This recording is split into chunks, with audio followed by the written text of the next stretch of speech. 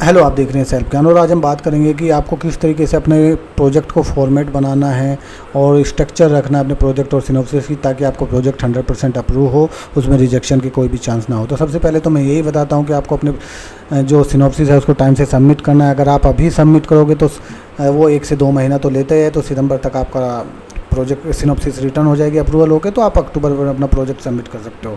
अगर आप late submit करोगे सितंबर में तो नवंबर में आएगी, तब तक आपका डेट निकल जाएगा प्रोजेक्ट सबमिशन का। तो फिर आप मार्च में सबमिट करोगे 25 में, तो जुलाई 25 में आपका रिजल्ट आएगा। तो बहुत ज़्यादा नुकसान है, तो अभी सबमिट करें अपनी सिनॉप्सिस को।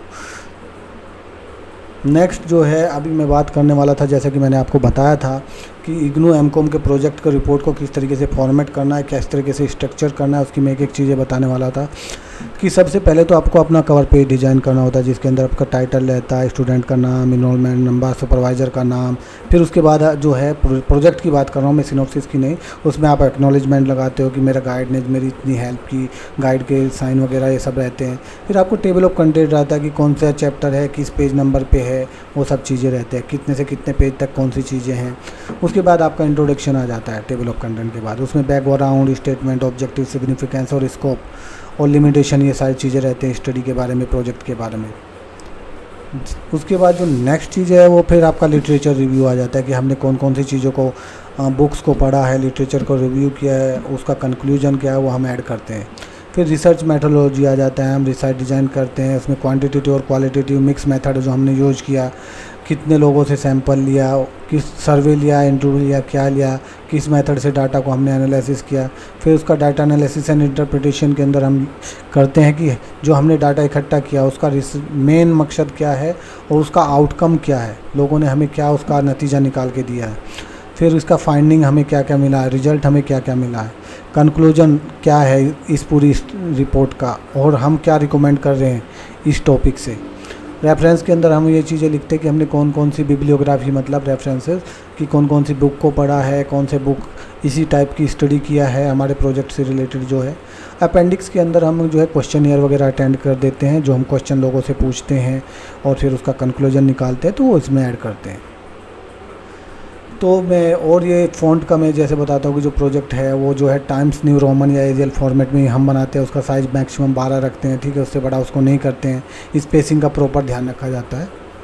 तो जैसा कि मैं हमेशा बताता हूँ कि मैंने बहुत सारे स्टूडेंट का अप्रूवल पेज अपनी वेबसाइट पे डाल रखा है, तो आप उसको देख सकते हैं।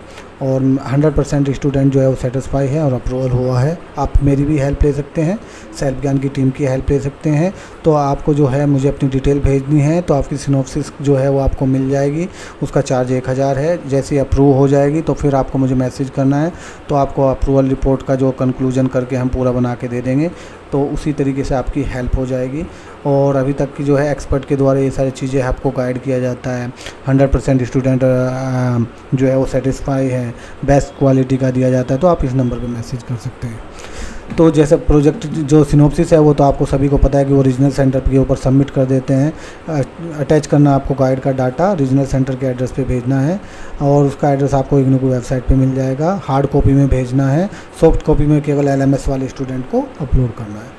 प्रोजेक्ट हमेशा जो है वो इग्नू में भेजा जाता है, और इग्नू का ये एड्रेस है जिसके ऊपर आपको भेजना है। और जो है ऑनलाइन वाले स्टूडेंट हैं उनको LMS पोर्टल पे अपलोड करना है। आपको हमेशा इसको टाइम से सबमिट करना है। अभी जो लास्ट डेट है प्रोजेक्ट सबमिशन की वो 31 अक्टूबर है। इग्नू आपको सिर्फ एक महीना पहले बताएगा कि लास्ट डेट आ गया, उससे पहले आपको ये सारी चीज़ें कर लेनी चाहिए। और प्रोजेक्ट की फ़ीस आपको अपने एग्ज़ाम फॉर्म के साथ भरना है जनवरी 2023 या उसके बाद के जो स्टूडेंट है। अदरवाइज़ आपके प्रोजेक्ट की जो फ़ीस अगर नहीं भरोगे तो आपके प्रोजेक्ट के मार्क्स अपडेट नहीं होंगे। अगर कोई भी इशू आता है तो इस नंबर पर मुझे कॉन्टैक्ट कर सकते हैं। Thank you.